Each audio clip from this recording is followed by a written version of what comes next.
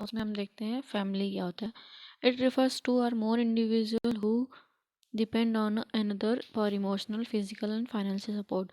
Family का मतलब होता है दो या दो से अधिक लोग जो एक फैमिली में रह रहे, एक मतलब एक इन्वायरमेंट में, सराउंडिंग में रह रहे हो, एक घर में, और वो एक दूसरे के ऊपर इमोशनली, फिजिकली, फाइनेंशियल सपोर्ट के ऊपर डिपेंड रहते हैं।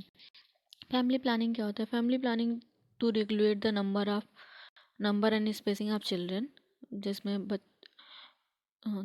spacing of children in a family through the practice of contraception or other method of birth control।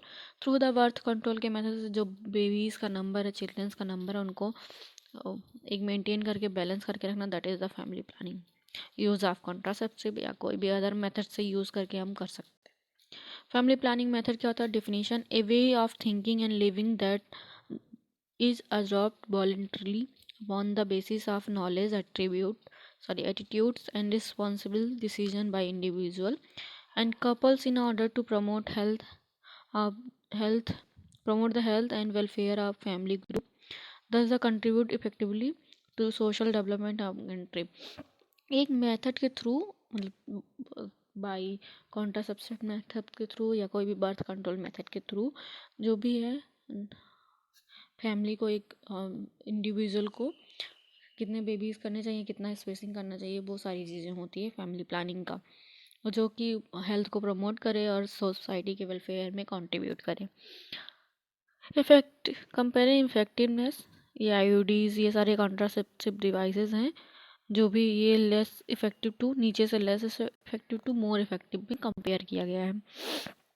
Purpose क्या होता है? Raising a child requires significant amount of resources, मतलब इसमें resources हैं, टाइम, सोशल, फिनेंशियल, इन्वायरमेंटल में।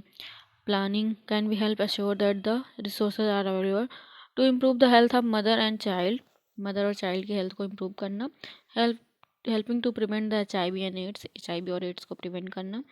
Criteria for ideal contraception: it should B safer for use, means free for any kind of side effect. जो भी हम contraceptive use कर रहे हैं वो फ्री होना चाहिए, किसी भी साइड इफेक्ट नहीं होना चाहिए, ईजिली अवेलेबल होना चाहिए, सेफ होना चाहिए।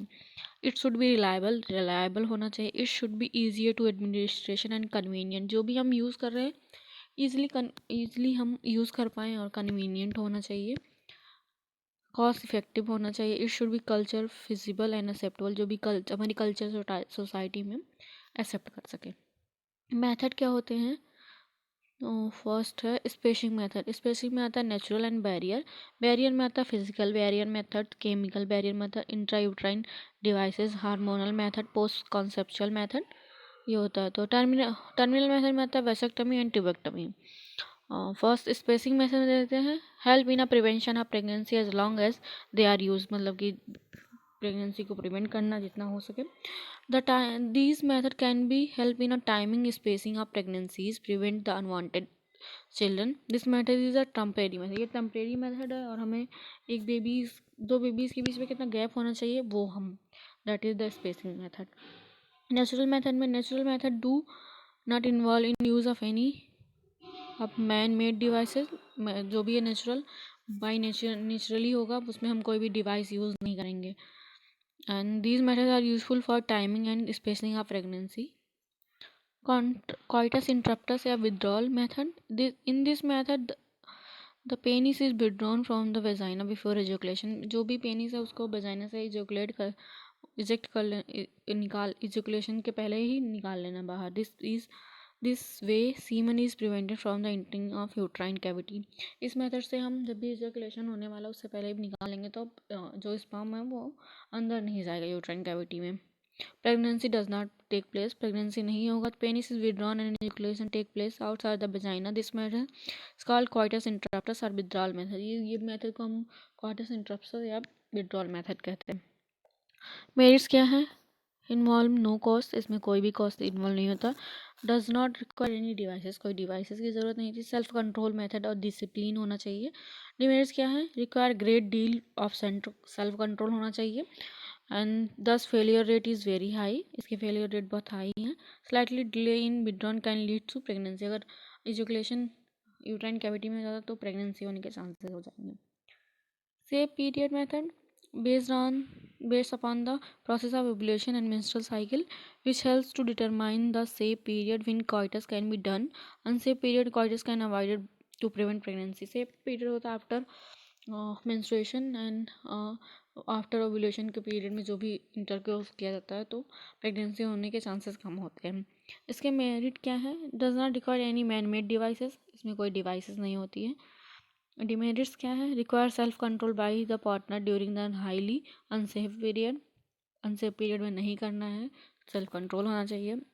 Not suitable for women who does not have regular period. जो इनका रेगुलर पीरियड नहीं है उनके लिए ये बेनिफिशियल नहीं है. फेलियर रेट हाई है.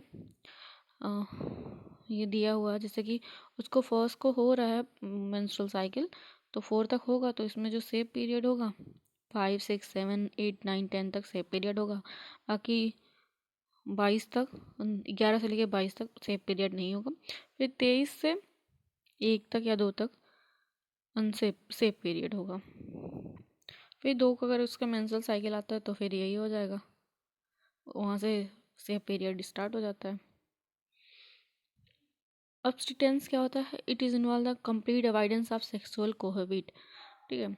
बैरियर मेथड में क्या होता है? Barrier method are those method which prevent the meeting of sperm with the ovum. These are many major type of barrier में. बहुत सारे बैरियर मेथड होते हैं